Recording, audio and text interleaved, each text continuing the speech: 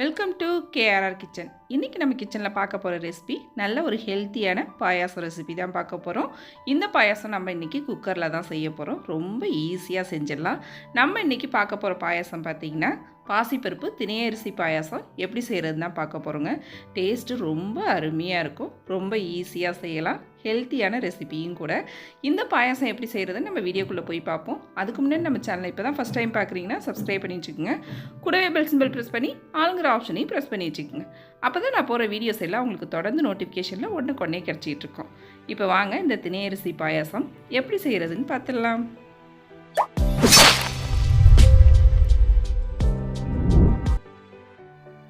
இப்போ அடுப்பில் ஒரு கடாயை வச்சு ஒரு கப் அளவுக்கு பாசிப்பருப்பு எடுத்துக்கோங்க. இந்த பாசிப்பருப்பை நல்லா வறுத்து எடுத்துக்கணும். பாசிப்பருப்பு வறுக்கிறதுன்னு பார்த்தீங்கன்னா செவக்க விடக்கூடாது. நல்லா வறுப்பட்டு வாசம் வரும் லைட்டாக. நீங்கள் அடுப்பு தீயை குறைச்சி வச்சு வறுத்தீங்க அப்படின்னாக்கா நல்லா செவராமல் நல்லா வறுப்பட்டு வரும். நல்லா அந்த வாடை வரும் கமகமன்னு. அந்த ஸ்டேஜில் நம்ம இறக்கிடணும். செவக்க விடாமல் வறுத்து எடுத்துக்குவோம். இப்போ பாருங்கள் நல்லா வறுப்பட்டு வாசனையும் வந்துடுச்சு. நான் எடுத்துக்கிறேன். நம்ம இன்றைக்கி குக்கரில் செய்கிறதுனால இந்த வறுத்த பாசிப்பருப்பை குக்கர்லேயே சேர்த்துக்கிறேன். திரும்ப பார்த்திங்கன்னா ஒரு கப் அளவுக்கு பாசிப்பருப்பு எடுத்த கப்பாலே ஒரு கப் அளவுக்கு திணையரிசி எடுத்து நல்லா கழுவிட்டு தண்ணி வடிகட்டி எடுத்து வச்சுருக்கேன். அதையும் நம்ம கடாயில் சேர்த்து வறுத்து எடுத்துக்குவோம். இதுவும் பார்த்திங்கன்னா அடுப்பு தீயை குறைச்சி வச்சு தான் நம்ம வறுக்கணும். இதையும் செவர விடாமல் வறுத்து எடுத்துக்கணும். நம்ம நல்லா வறுப்பட்டு எல்லாமே வறுக்கும் போது பார்த்திங்கன்னா நல்ல ஒரு வாசனை வரும். அது வரைக்கும் நம்ம வறுத்து எடுத்துக்கணும்.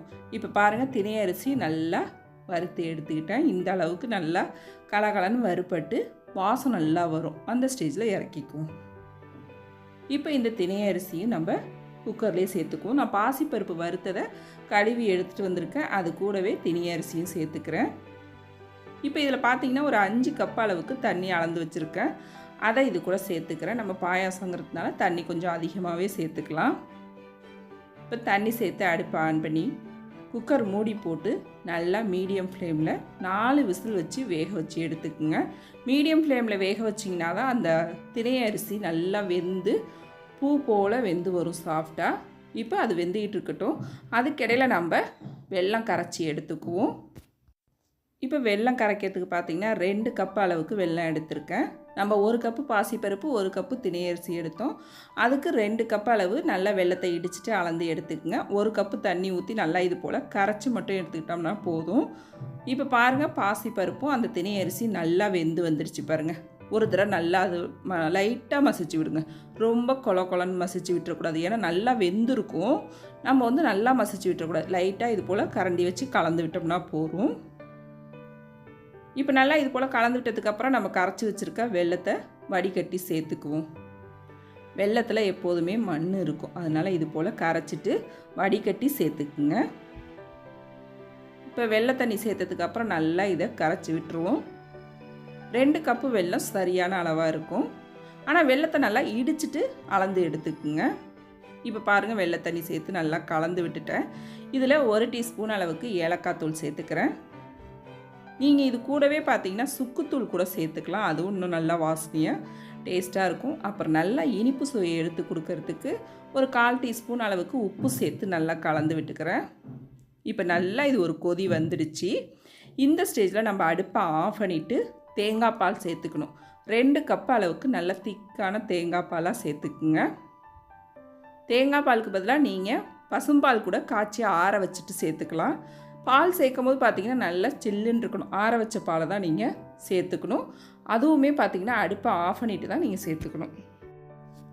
அடுப்பை ஆஃப் பண்ணிவிட்டு சேர்க்கும் போது பார்த்திங்கன்னா அந்த திரிஞ்சு போகாமல் திட்டாக வராமல் நல்லா ஒத்தாப்பில் ஈவனாக கலந்து பாயாசம் டேஸ்ட்டு சூப்பராக இருக்குங்க. இப்போ தேங்காய் பால் சேர்த்து நல்லா கலந்து எடுத்துக்கிட்டேன். இப்போ நம்ம முந்திரி பருப்பு திராட்சையெல்லாம் வறுத்து கொட்டிக்குவோம். அதுக்கு அடுப்பில் பேன் வச்சுருக்கேன். அதில் 1 டீஸ்பூன் அளவுக்கு நெய் சேர்த்துருக்கேன். இதில் 2 டேபிள் ஸ்பூன் அளவுக்கு தேங்காயை நல்லா பொடுசாக நறுக்கிட்டு சேர்த்துக்குங்க. இது நல்லா செவந்து வர வரைக்கும் வதக்கி எடுத்துக்குவோம். இந்த அளவுக்கு நல்லா நிறமாறுற வரைக்கும் தேங்காயை வறுத்து விட்டுக்குங்க.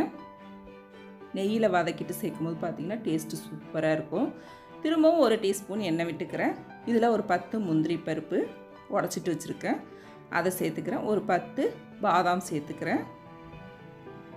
அப்புறம் ஒரு 10 திராட்சை சேர்த்துக்கிறேன். இது எல்லாமே நட்ஸ் எல்லாம் உங்கள் விருப்பம்தாங்க. எந்த அளவு தேவையோ என்னென்ன வேணுமோ அது எல்லாம் சேர்த்துக்குங்க. நான் இன்றைக்கி இது எல்லாம் சேர்த்துருக்கேன். எப்போதுமே பாயாசத்து கூட நட்ஸ் நல்லா இது போல் நெய்யில் வறுத்துட்டு சேர்க்கும் போது டேஸ்ட்டு ரொம்ப சூப்பராக இருக்குங்க. பாயாசம் குடிக்கும் போது அதை மென்று சாப்பிட்றப்ப அடுப்பை ஸ்லோ ஃப்ளேமில் வச்சு ஃப்ரை பண்ணி எடுத்துக்குங்க. அப்போ தான் பாயாசத்தில் சேர்த்தா அது நமத்து போகாமல் நல்லா மொறுமொறுப்பாகவே இருக்கும். இந்த அளவுக்கு நல்லா பொரிச்சிட்டு சேர்த்துக்குங்க. இப்போ நல்லா ஒத்தாப்பில் ஒன்று கலந்து விட்டுரும். அவ்வளோதான், நம்மளோட திணையரிசி பாசிப்பருப்பு பாயாசம் ரொம்ப சூப்பராக அருமையாக ரெடி ஆகிடுச்சிங்க. இந்த பாசிப்பருப்பும் திணையரிசியும் சேர்த்து அதில் தேங்காய் பால் நட்ஸ்லாம் போட்டு வைக்கிறது பார்த்திங்கன்னா டேஸ்ட்டு அவ்வளோ ஒரு சூப்பராக இருக்கும். நீங்களும் இந்த பாயாச ரெசிபியை நான் சொன்னது போல் நான் சொன்ன அளவுகளோடு செஞ்சு பாருங்கள். செஞ்சு பார்த்துட்டு எப்படி இருக்குன்னு எனக்கு கமெண்ட் பண்ணுங்கள். என்னோட இந்த ரெசிபி பிடிச்சிருந்ததுன்னா லைக் பண்ணுங்கள், ஷேர் பண்ணுங்கள். மறக்காமல் நம்ம கேஆர்ஆர் கிச்சனை சப்ஸ்கிரைப் பண்ணி வச்சுக்கோங்க. நாளைக்கு வேறொரு ரெசிபியோட சந்திப்போம். தேங்க்ஸ் ஃபார் வாட்சிங்.